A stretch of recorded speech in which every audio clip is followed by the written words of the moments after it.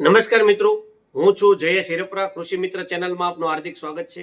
આજે વાત કરવાની છે કે ડુંગળીના પાકમાં પાયા ખાતર વિશેની. તો આમ જોઈએ તો કે ડુંગળીનો પાક આમ એક રીતે ભાવની દ્રષ્ટિએ જોઈએ તો બહુ અઘરો છે કે જ્યારે વાવેતર સમયે ભાવ હોય છે, નીકળતી વખતે ભાવ હોતા નથી. ભાવમાં બહુ મોટું વેરિએશન હોય છે. ઘણી વખત એવું પણ બને છે કે આપણે ડુંગળી નીકાળતી વખતે કાઢવાની મજૂરી પણ ના મળે, એવી રીતે આપણે 50 રૂપિયા 100 રૂપિયાનો કટ્ટો એટલે કે 3 મણ 5 મણનો કટ્ટો જતો હોય છે. તો આમાં ડુંગળી જે છે આપણે જોઈએ તો 16 ગુઠ્ઠાના વીઘા પ્રમાણે 200, 250, 300 મણ સુધીનું ઉત્પાદન લેતા હોય છે. જે દરિયાકાંઠો વિસ્તાર છે, જેમાં તળાજા, મહુવા, રાજુલા, ગીર ગઢડાથી લઈ આમ ઉના સુધીનો ભાગ છે. ત્યાર પછી રાજકોટ જિલ્લાનો ગોંડલ તાલુકો, લોધિકા, કોટડા, સાંગાણી, આ બધા વિસ્તારમાં મહદ અંશે ડુંગળી જે આપણે લાલ છે એનું વાવેતર ચોમાસુ ડુંગળીમાં ઘણું બધું થાય. ચોમાસુ ડુંગળી છે એ સેન્સિટિવ પણ ઘણી બધી રીતે છે કે બગડવાની, સુકારાની, અલ્ટરનેરિયા બ્લાઇટ, આ બધું ઘણું બધું આવે છે. ખાતર જે છે એ પોષણ છે એ પણ ઘણું બધું મહત્વનો ભાગ છે કે પાછળથી આપણે બહુ ખાતર આપીએ પણ એટલું કારગર નીવડતું નથી. એટલે ડુંગળીમાં જે પાયો છે એ પાયો વધારે મજબૂત કરેલો હોય તો વધારે આપણને એમાં ફાયદો થાય. આપણે જે ખેતી અને પશુપાલન બે જે પાસા છે એ બે પાસા એકાબીજાના પૂરક છે. એટલે કે જો ડુંગળી વાવવાનું હોય અને ફક્ત આપણે નકરું ડીએપી, યુરિયા કે પોટાશ નાખીએ તો આપણને ઉત્પાદન મળતું નથી.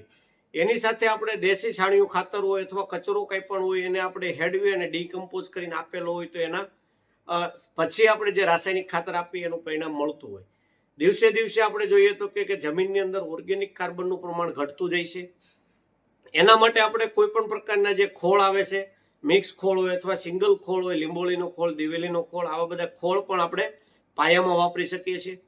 પરિસ્થિતિ એવી થાય છે કે ખોળ હોય એ મેજોરિટી પાવડર ફોર્મમાં હોય, જે બીજા ખાતર હોય દાણાદાર ફોર્મમાં હોય. એટલે કે મિક્સ આપણે કરીએ અને જે આપવું હોય તે આપણે આપી શકતા નથી. પણ જેમ આપણે છાણિયું ખાતર ભરીએ છીએ એવી રીતે ઉપરથી જો કોઈ પણ પ્રકારના ખોળ છે, દિવેલીનો ખોળ કે લીંબોળીનો ખોળ, આને આપણે ઉપર ઉડાડી અને પછી પણ હાથે હાકીએ તો પણ માટીમાં મિક્સ થઈ જાય છે. હવે વાત આવે છે કે રાસાયણિક ખાતરમાં ડુંગળી પાક એવો છે કે લાંબા ગાળાનો પાક હોવાથી અને જમીનની અંદર દડો થતો હોવાથી કે આને બધાય તત્વો છે એ ઘણી બધી માત્રામાં જરૂરિયાત પડતા હોય છે. બીજું કે છાંટવાથી જ્યારે કપાસ, મરચી જેવા પાક હોય કે આપણે ઉપરથી છાંટી અને પણ લાગમાં આવે, ડુંગળીમાં આ છાંટવાથી પણ એટલું બધું લાગમાં આવતું નથી.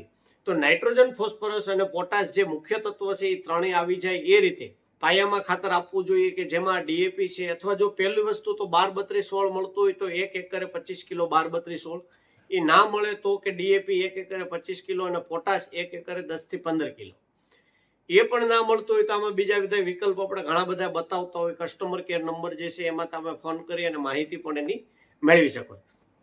હવે વાત થઈ આ મુખ્ય તત્વો ઉપરાંત જે ગૌણ તત્વ અને સૂક્ષ્મ તત્વ છે એ પણ પાયામાં આવી જાય તો વધારે ફાયદો થાય. જેમાં આપણે જોઈએ તો કે સલ્ફર મહદ અંશે છે એ આપણે પાયામાં અને પૂરતી ખાતર તરીકે પણ અપાવતા હોય છે. મેગ્નેશિયમ છે એ પણ પાયામાં અને પૂરતી ખાતર તરીકે આવી જાય તો એ ખાતર છે એ લીચિંગ થવાના નથી કે ઓલા વોલેટાઇલ થવાના નથી.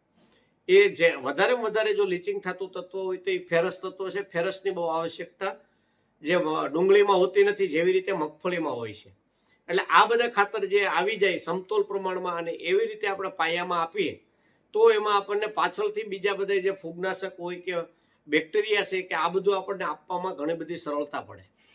બીજું પ્રશ્ન હોય છે કે મેઇન આપણે કે ડુંગળી ઉગવામાં વાર લાગતી હોય, નિંદામણનાશકનો પણ પ્રશ્ન હોય છે. તો નિંદામણનાશક તરીકે કેરા કમ્પ્લીટ થઈ ગયા પછી અને પાણી પાયા પહેલા એમાં પેન્ડીમિથાલિન 40 થી 50 મિલી 15 લીટર પાણીમાં અને ઓક્ઝીફ્લોરોફેન 8 થી 10 મિલી આ બે મિક્સ કરી અને 1 વીઘે 4 પંપ કરી, ઓછામાં ઓછા 3 વધુમાં વધુ 4 પંપ કરી અને છંટકાવ કરવામાં આવે તો અમુક જે આપણે હઠીલા નિંદામણ છે એમાં ઉગાવવામાં આપણને ઘણી બધી રાહત થાય છે.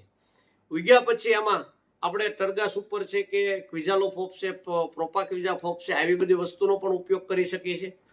ઓક્ઝીફ્લોરોફેન જે છે એ ઉગ્યા પછી આપણે બહુ વાપરી શકતા નથી. 5 થી 6 ml રાખવાથી ઝીણો જે ગોળ પાંદવાળો ઉગાવો છે એ નિયંત્રણ થાય છે, પણ થોડી ઘણી ડુંગળીને પણ આડઅસર થાય છે. એમાં ગોંડલ પાસ આજુબાજુનો વિસ્તાર છે એ વિસ્તારમાં ખેડૂતો એવું પણ કરે છે કે હર છંટકાવમાં કોઈ પણ છંટકાવ કરતા હોય એની સાથે ઓક્ઝીફ્લોરોફેન 4 થી 5 મિલી નાખતા જ રહે છે.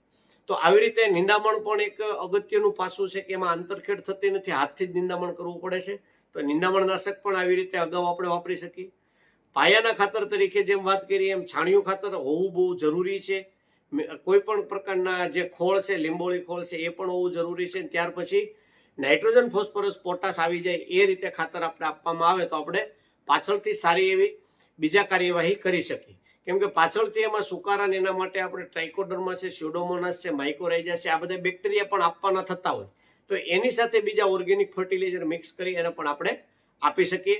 આ હતી ડુંગળીના પાયા ખાતર વિશે અને નિંદામણ વિશેની માહિતી. જો આ વિડીયો સારો લાગ્યો હોય તો અન્ય ગ્રુપમાં શેર કરો અને અમારી ચેનલ સાથે જોડાયેલા રહો. નમસ્કાર.